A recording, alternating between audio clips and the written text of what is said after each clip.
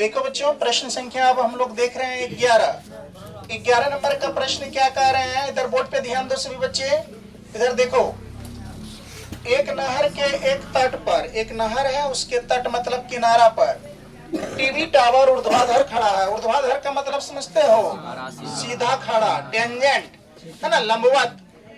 अने खड़ा, जैसे कि एक्स एक्सिस वाई एक्सिस, अक्सर हम लोग खींचते थे ग्राफ, तो वाई एक्सिस क्या होता था, ऊर्ध्वाधर होता था। एक्स एक्सिस क्या होता था, क्षैतिज होता था ना, खड़ा है।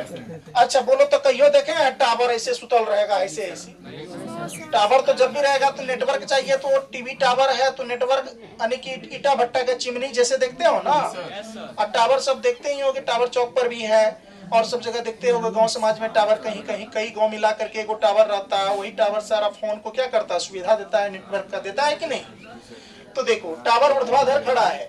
टावर के ठीक सामने दूसरे तट के एक अन्य बिंदु से टावर के शिखर का उन्नयन कोण 60 डिग्री है। यहाँ देखो देल है 60 डिग्री, ध्यान से समझो। इसी तट पर इस बिंदु से 20 मीटर की दूरी, 20 मीटर दूर और इस बिंदु को मीनार के पाद बिंदु से मिलाने वाली रेखा पर स्थित एक अन्य बिंदु से टावर का शिखर का उन्नयन कोण कितना है, 30 डिग्री है। तो देखिए आकृति आपके बुक में अंकित है, आकृति 9.12 है ना। टावर की ऊंचाई और नहर की चौड़ाई ज्ञात करिए। कितना सुंदर क्वेश्चन पूछा है। देखो बेटा, अब ये क्वेश्चन हम लोग हल करते हैं। देखो यहाँ ध्यान से, पहले टावर बना लो। देखो ये टावर का बेस है, यहाँ देखो सब बच्चे ध्यान से देखना। ये आपका टावर का क्या है, यानी कि कुर्सी है जो टावर खड़ी रहती है, इस पे मान लो ये टावर बना लिया तुम लोग।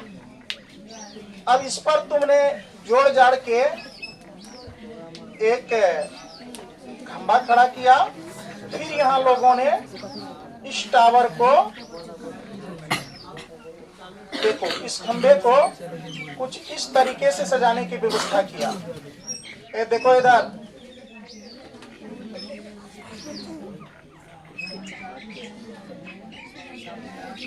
टीवी टावर कुछ इस टाइप के होते हैं, आप समझ रहे हो। ये आपका, ये जो देख रहे हो है ना, तो जरा देखो ये दूरी जो है ये आपका हो जाएगा A और ये क्या हो जाएगा B। क्या कह रहा है, ये 60 डिग्री थोड़ा देर दूरी जाने पर ये जो देख रहे हो तुम, ये जाने के बाद यहाँ कितना बन जाता है, ABC। यहाँ C कितना डिग्री हो जाएगा, 60 डिग्री। बात समझ रहे हो। फिर थोड़ा अन्य दूरी पर जाने पर, टावर के पास बिंदु से अन्य दूरी देखने पर एक और आपका एंगल बन रहा है जो कितना डिग्री, 30 डिग्री है। कितना डिग्री, 30 डिग्री। 60 यहाँ हो गया तो 60 यहाँ भी कैसे होगा, 60 यहाँ हो गया तो 30 ना होगा दूरी पर। यहाँ ध्यान से देखो, एक बात और कह रहा है इसमें, ये DC का वैल्यू दिया हुआ है 20 मीटर, देख लो है ना। क्या कह रहा है, इसी तट पर इसी बिंदु से 20 मीटर दूर और इस बिंदु को मीनार की पाद बिंदु से मिलाने वाली रेखा खंड स्थित अन्य बिंदुओं से टावर का शिखर का उन्नयन कोण कितना है, 30 डिग्री है। तो अब चलो इसको बनाते हैं। देखो अच्छे से सब बच्चे, अब यहाँ देखो बाबू ये कैसे बनेगा, इसका हल कर रहे हैं। यहाँ लिखेंगे हल में माना कि, क्या लिखेंगे, माना कि। क्या माने बेटा, इसमें ध्यान से देखो, AB टावर है कि नहीं है। AB क्या है, ये AB आपका क्या है बच्चों, टावर है ना। AB क्या है, टावर है। ए बाबू ए, आप लोग शांत रहो थोड़ा सा।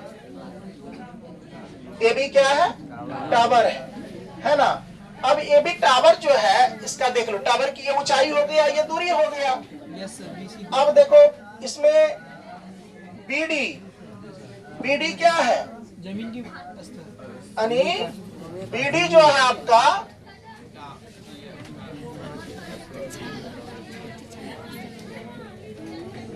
ये BC तो नहर है। BC आपका क्या है, नहर है। बस हो गया, BC ही नहर है, चूंकि यही कहा निकालने के लिए और ये कहा, ये तो देल है। बस समझ रहे हो, मानेंगे वही ना जो ना देल है। और कोण देख लो, कोण सी बराबर कितना 60 डिग्री और कोण डी बराबर कितना 30 डिग्री। कोई दिक्कत? पहले चलेंगे हम लोग त्रिभुज किसमें ए बी सी में। किसमें चलेंगे? तो यहाँ लिखेंगे, ध्यान से देखो, एक बार में समझना है प्रश्न को। तो समकोण त्रिभुज ए बी सी में। कोई दिक्कत? समकोण त्रिभुज किसमें? ए बी सी में, है ना। अब ए बी सी में तुम देख लो, P बट्टा बी, अरे ऊंचाई निकालने का आ रहा, दूरी निकालने का आ रहा है ना। तो किसका सूत्र लगेगा? टेन थीटा का। टेन थीटा बराबर सूत्र क्या हो जाएगा? ए बी बट्टा क्या बी सी। बोलो होगा ए बी बट्टा बी सी? क्या सी बी ना होगा? बी ए ना होगा? लेकिन सीधा सीधी लिखते हैं, सुनने और देखने में अच्छा लगता है ना। तो देखो यहाँ पर ध्यान से देखो, टेन का टेन, थीटा का मान कितना डिग्री लेंगे?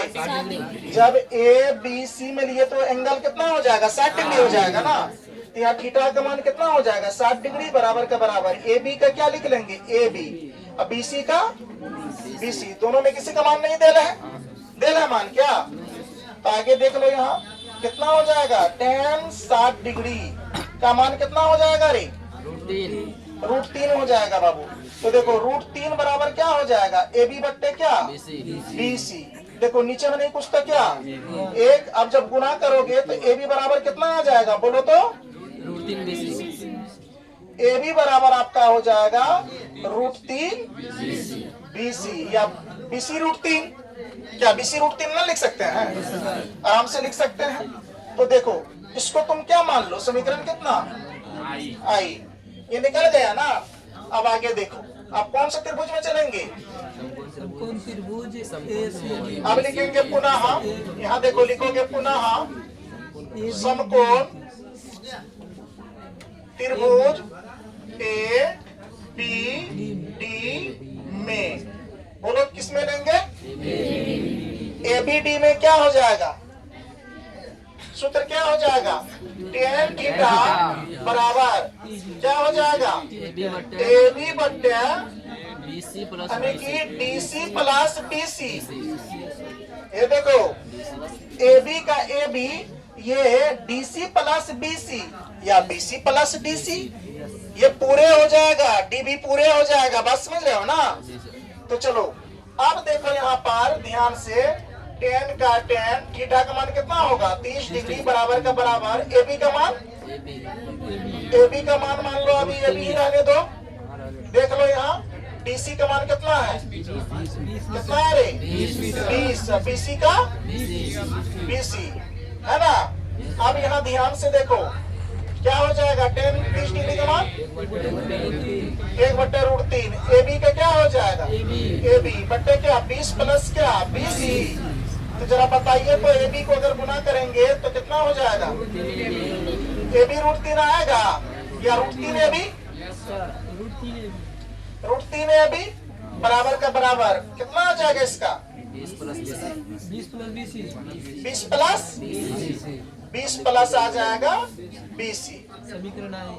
बात समझ रहे हो? ये आपको इसमें मान रख दो क्या? एक का। तो यहाँ रख लो। तो देखो तो यहीं पर रख लेते हैं डायरेक्ट। 3 का 3 गुना का गुना, ए बी का मान कितना लिख लेंगे?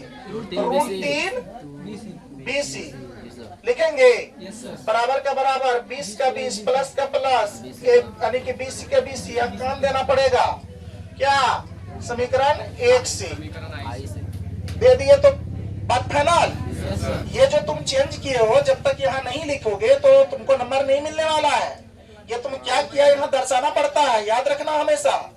तो यहाँ पर देखो बेटा ध्यान से, √3 गुना √3 करेंगे कितना हो जाएगा? 3 BC आ जाएगा 3 BC। ये देखो √3 गुना √3 √9 का फैक्टर तोड़ेंगे कितना होगा? अरे 3 का पेयर लगता है तो एक निकलता है ना। तो यहाँ 3 आ गया, BC का BC बराबर का क्या? बराबर 20 का 20 प्लस का प्लस BC का BC। कोई दिक्कत? आप देखो बेटा 3 BC में 1 BC चले जाएगा, क्योंकि बराबर क्वेश्चन प्लस में BC इस साइड आएगा तो माइनस में BC होगा। बराबर बच क्या जाएगा? 20 बचेगा। तो देखो 3 BC में से 1 BC चले गया, 2 BC बचेगा। 2 BC बराबर कितना? काट लो। 10 दूनी कितना 20। BC बराबर कितना निकल गया बेटा कितना 10। ये देखो ये 20 था और ये कितना निकल गया 10। BC 10 निकला। अब बच क्या गया ऊंचाई। ऊंचाई ना बचा है, ऊंचाई भी निकाल लो। तो देख लो ऊंचाई कैसे निकलेगा। यहाँ देखो ध्यान से, तो लिखेंगे यहाँ पर। अब दिखाई दे रहा है क्या। No sir. अच्छा चलो यहाँ लिख लो। अब दिखाई दे रहा है ना। लिखो अब समीकरण आई में है ना BC का, देखो जगह अब आपके कारण ऐसे लिख रहा हूँ, तुम लोग स्वतंत्र होकर लिखना। बात समझ रहे हो ना। देखो समीकरण आई में BC का मान रखने पर, देखो बेटा समीकरण आई क्या लिख लो तो AB बराबर √3 BC। √3 और BC का क्या BC। जरा ध्यान से देखो बेटा AB का AB बराबर का बराबर √3 का √3 गुना BC का मान कितना निकाले हो। तो देखो यहाँ सिर्फ 10 बैठा दे हैं, तो यहाँ पे कितना आ जाएगा AB बराबर आ जाएगा बेटा 10√3 मीटर। आपकी क्या हो गई टावर की ऊंचाई। टावर की क्या हो गई ऊंचाई। क्या पूछा था टावर की ऊंचाई और नहर की चौड़ाई। नहर की चौड़ाई कितना निकल गया बोलो तो 10 मीटर। नहर की चौड़ाई कितना मीटर निकल गया। यहाँ लिख लोगे, यहाँ लिखोगे अतः नहर की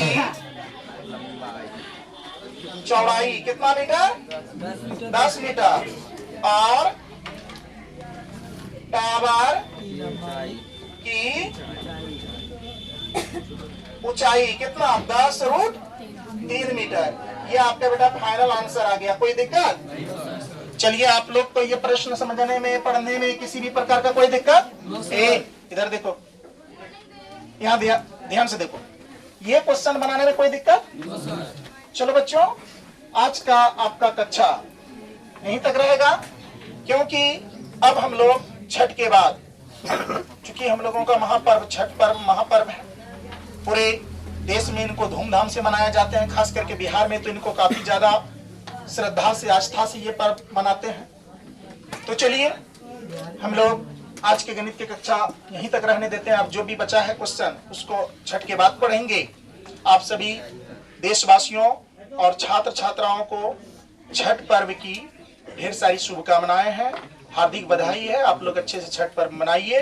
अपने जीवन में जो हमारी माँ बहन अर्घ देती हैं सूर्य देवता को उगने के बाद, वो इसलिए देते हैं जैसे वो चमक, उस जो चमक है सूर्य की, वो कहीं भी किसी से घृणा मतभेद नहीं करते। वह अच्छे लोग पर भी अपना प्रकाश समान डालते हैं और बुरे लोग पर भी। तो हम लोगों को क्या करना है, हमको आपको सूर्य के तरह बन के जीवन जीना है। अर्थात क्या मन लगाकर पढ़ना है, किसी से कोई द्वेष नहीं, कोई घृणा नहीं, कोई ईर्ष्या नहीं, है ना। प्रेम से जिंदगी जिएंगे, मन लगाकर पाठ को पढ़ेंगे और आगे बढ़ेंगे और ईश्वर से प्रार्थना करेंगे कि जैसे सूर्य की रोशनी पूरे ब्रह्मांड पर अपना अस्तित्व को क्या करते हैं, प्रकाशित करते हैं, छाते हैं, तो हमारा और आपका भी नाम, हम आप भी उस हद तक ऊंचाइयों तक जाएं जो सूर्य की तरह आप भी चमके, है ना। तो चलिए आप सभी बच्चे और सभी देशवासी को छठ पर्व की ढेर सारी शुभकामनाएं। आप सभी अच्छे से छठ पर्व को मनाइए। छठ पर्व के बाद हम लोग पुनः मिलते हैं। आप सभी को धन्यवाद।